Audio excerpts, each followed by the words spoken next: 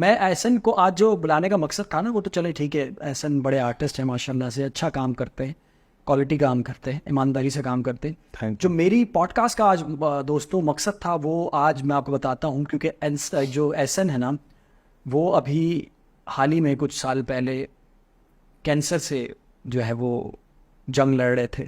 और बड़े ही अलग लेवल पे एक चीज़ आई एहसन की ज़िंदगी में कि जी आपको कैंसर डायग्नोज हो गया है।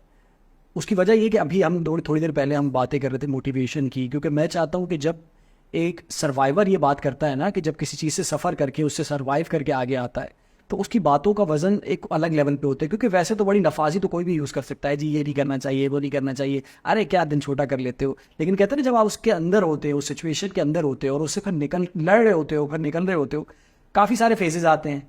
तो कैंसर ऑब्वियसली कॉमन होता जा रहा है और आप भी इसकी जद में आए हैं।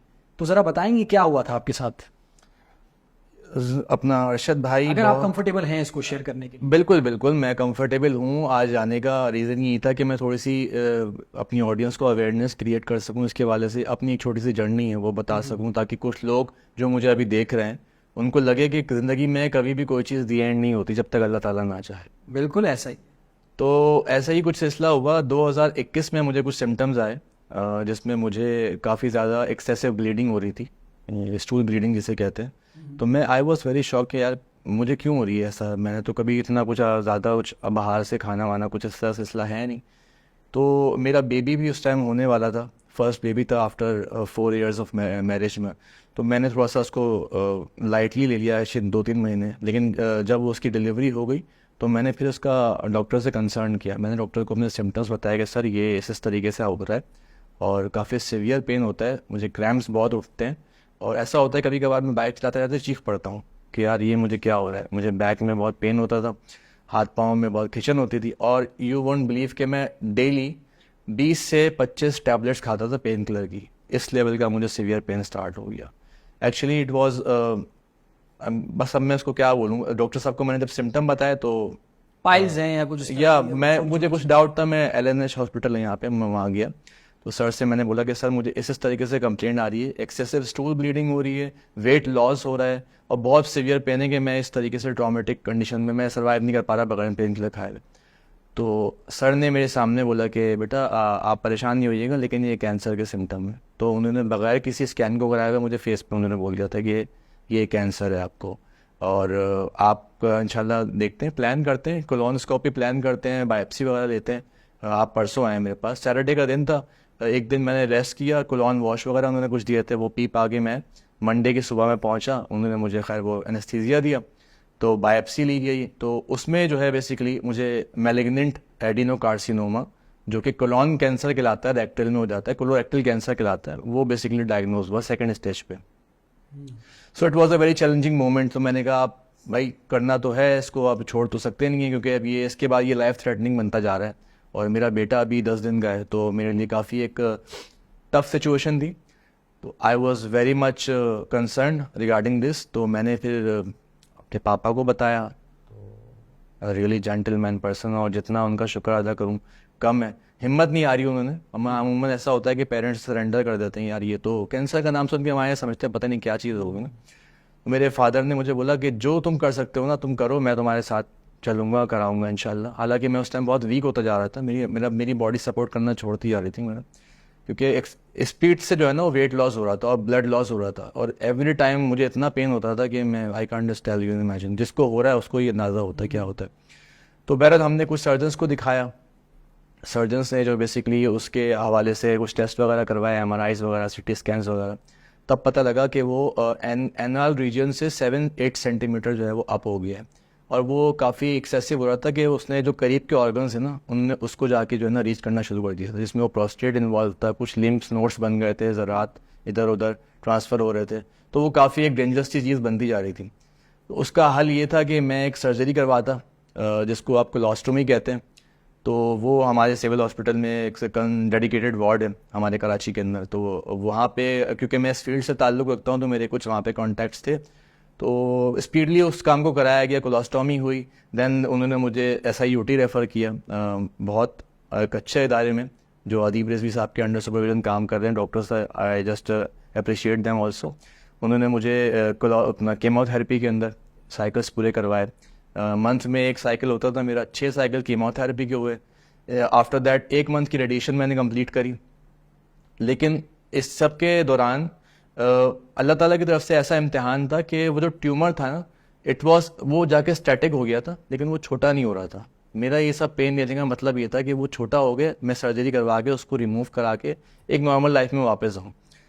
बट वो कुदरती तौर पे उसकी केमिस्ट्री इतनी स्ट्रांग थी कि वो छोटा नहीं हो रहा था। इश्क कर चुका था ना वो हाँ आपसे। हाँ बिल्कुल, लेकिन वो जितना था वो उतना था। कीमोथेरेपी का फायदा मुझे ये हुआ, कीमोथेरेपी का बेसिकली काम ये होता है, वो कैंसरस सेल को या तो मार देती है या वो रोक देती है, ओके। और किसी किसी पेशेंट में वो बढ़ा भी देती है। ठीक है, 3 चीजें होती हैं। अब ये डिफरेंट पेशेंट डिफरेंट नेचर, ये वाली कहानी थी। अब मुझे नहीं पता मेरी बॉडी के अंदर क्या थी, लेकिन स्कैन के बाद मुझे ये पता लगता जा रहा था कि ये बढ़ नहीं रहा, ये एक अच्छी चीज हो रही थी, ये अच्छी चीज हो रही थी। I have almost been through 11 scans at that time. 11 scans हुए मेरे, जिसमें 2-2 3-3 महीने में होते थे मेरे स्कैन्स। तो पता लगता रहता था क्या उसकी अभी कंसर्न रिसेंट अपडेट चल रही है। जो फाइनल मेरा स्कैन आया फरवरी 2023 के अंदर, उसके अंदर भी कोई इंप्रूवमेंट, मतलब उसमें ट्यूमर में नहीं आई। तो मैंने डॉक्टर से कंसर्न किया, तो मैंने कहा डॉक्टर साहब ये तो कोई इंप्रूवमेंट नहीं आ रही। तो डॉक्टर के पास ये था कि बेटा जो आपका जिस जगह पे प्रॉब्लम है ना, उसको अब हम परमानेंट रिमूव कर देंगे और आप एक बैग के साथ में परमानेंट हो जाओगे। तो वो जो अभी मुझे still I am with it, लेकिन वो परमानेंट कर देंगे। तो उसमें ये होगा कि आपका पैसेज ऑफ स्टूल जो होगा वो बैग में आएगा, अपने वो लाइफ लॉन्ग इस तरीके से अपने आप को सेव करना है। मैंने कहा सर मेरा असल में मेरा एक फील्ड वर्क है और मैं क्योंकि आर्टिस्ट हूँ, मैं थोड़ा सा इससे अनकम्फर्टेबल हूँ, तो मैं अभी थोड़ा विलिंग नहीं हो रहा इस चीज़ को लेके। तो सर ने मुझे थोड़ा सा बोला कि बेटा इसके अलावा कोई चारा नहीं है। मैं बड़ा डिसहार्ट हुआ उस टाइम पे। फिर मैंने छोड़ दिया ट्रीटमेंट, मैंने ट्रीटमेंट छोड़ दिया, मैं घर पे बैठ गया। मैंने कहा मैं क्या करूं, समझ से बाहर था। वो रमज़ान आ गए थे लास्ट ईयर। मैंने घर बैठ के मैंने कहा अल्लाह ताला से दुआ की, मैंने कहा अल्लाह ताला कोई ऐसा ज़रिया बताएं कि ये ठीक हो जाए। तो अल्लाह ताला ने कहा मैं आई एम विद यू, ऐसे अंदर से आवाज़ आई, I am with you don't worry. मैंने कुरान पाक जो है ना वो हिस्स करना शुरू कर दिया। मैंने बैठ के मैंने मोबाइल पे कुरान शरीफ पढ़ना शुरू किया। वो भी उसके लिए वज़ू की ज़रूरत नहीं होती। मेरे साथ एक ऐसी प्रॉब्लम थी, मुझे वज़ू करके मैं किताब हाथ में लेता, वो एक प्रॉब्लम अटैच थी। तो मैंने कुरान शरीफ को हिफ्ज़ करना शुरू किया। सूरह मुल्क से स्टार्ट की लास्ट ईयर रमज़ान में। सूरह मुल्क, सूरह रहमान, सूरह मुज़म्मिल, सूरह यासीन और डिफरेंट इस तरीके से बड़ी बड़ी सूरतें मैंने याद करी और उसको मायने में समझा मैंने ना, क्योंकि सूरह रहमान कहते हैं कि वो treatment of all kind of this kind of diseases. मेरा बिलीव स्ट्रांग होता चला गया। जैसे जैसे मैं याद करता गया ना, मैंने अपने आप को हेल्दी फील किया। मैंने कहा यार अल्लाह का शुक्र है, मुझे अब पेन नहीं हो रहा है, मैं थोड़ा सा अच्छा फील कर रहा हूँ। तो 3-4 महीने मैंने कुरान को सिर्फ कुरान पे गौर किया। मैंने कहा मुझे और कुछ नहीं करना। ट्रीटमेंट मैंने करा के देख लिया, वो अभी स्टैटिक हो गया, वो छेड़ना मुझे समझ में नहीं आ रहा मुझे। मैंने कुरान शरीफ से अपना इलाज किया। अगस्त में मेरे फैमिली वाले पीछे पड़े मेरे कि अब जाओ दिखाओ, तो कितना तुम छोड़ के बैठ गए, खुदा ना खास्ता ये प्रॉब्लम ना हो जाए तुम्हारे लिए। मैंने कहा प्रॉब्लम नहीं होगी, अल्लाह ताला ने मुझे जवाब दिया, अरे प्रॉब्लम नहीं होगी, आई एम वेरी डिटर्मिनेंट, अब प्रॉब्लम नहीं होगी। बहरहाल मैं उन डॉक्टर के पास आपके पास गया, मुझे बड़ा खफा थे मुझसे, कह रहे हैं ये इस तरीके से बेटा ट्रीटमेंट नहीं होता आप जो करा रहे। मैंने कहा सर आप मुझे बताएं कराना क्या है, मुझे पता है मैं गैप लेकर आया हूँ, लेकिन मुझे पता है मैं क्या करके आया हूँ, आप मुझे बताएं क्या करूँ। कह लेंगे आप स्कैन्स कराओ फिर बात करते हैं। तो CT स्कैन और MRI एक बार दोबारा लिखा उन्होंने मुझे, मैंने दोबारा कराया।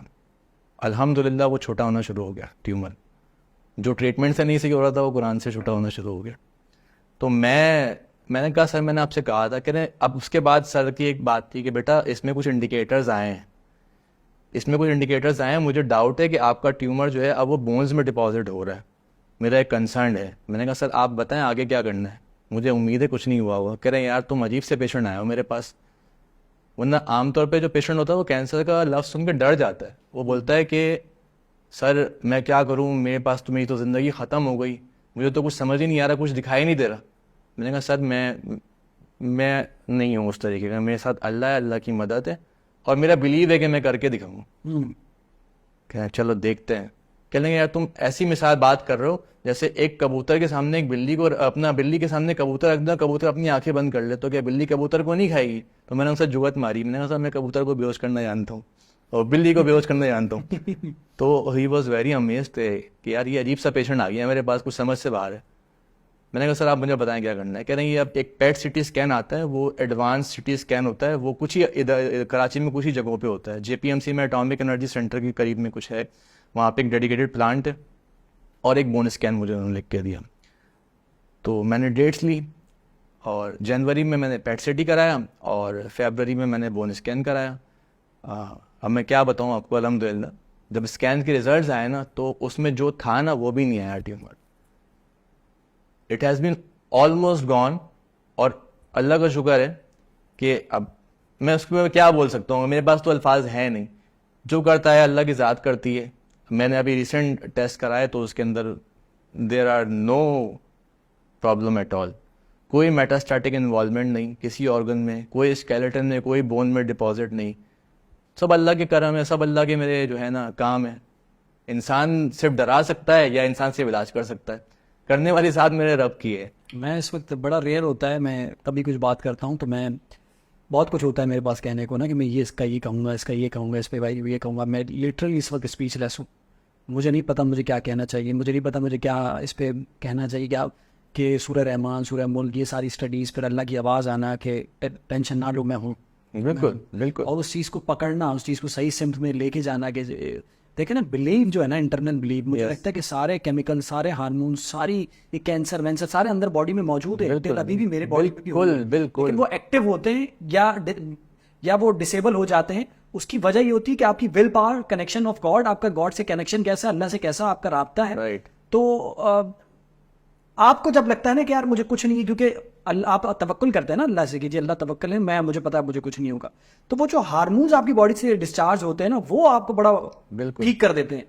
ना वो ऑर्गन्स को डैमेज कर रहा है, बिल्कुल। वो 2 साल से कीमो से ना वो श्रिंक हो रहा था, ना वो जी, कुछ हो रहा था। जी। लेकिन ये सारी स्टडी आपकी 4 महीने की जो रही, उसमें आप देखें वो चीज़ें भी कम होना शुरू हो गई। बिल्कुल। फिर आप गए जी अलग तरीके के स्कैन करवाने डॉक्टर ने, फिर बावजूद इसके कि ये चूहे और कबूतर वाली मिसाल के बाद फिर भी आप उसको ये जुगते मार के आ रहे हैं कि जी मुझे बिल्ली को जो है वो बेहोश करना आता है, Right. और मैं आई नो वेरी वेल कि मुझे क्या करना है, आप मुझे बताएं करना क्या है। जो विलिंगनेस थी ना आपकी कि यार कुछ भी नहीं है, बताओ, वो नहीं जो एक्सपर्ट होता है, अच्छा क्या है वो, उसके बाद बताओ ना क्या करना है। वो तो हम जो एक मतलब एक बिलीव होता है कि यार आप एक ईमान होता है आपका एक लेवल पे कि यार ये मुझे नहीं हो सकता, बिल्कुल। वो लाना बड़ा मुश्किल है हसन। और वो आई थिंक आपने जो अल्लाह से बातचीत का सहारा लेना शुरू किया, वो आई थिंक कि वो टर्निंग पॉइंट बड़ा एक्सेसिव रहा है आपके लिए।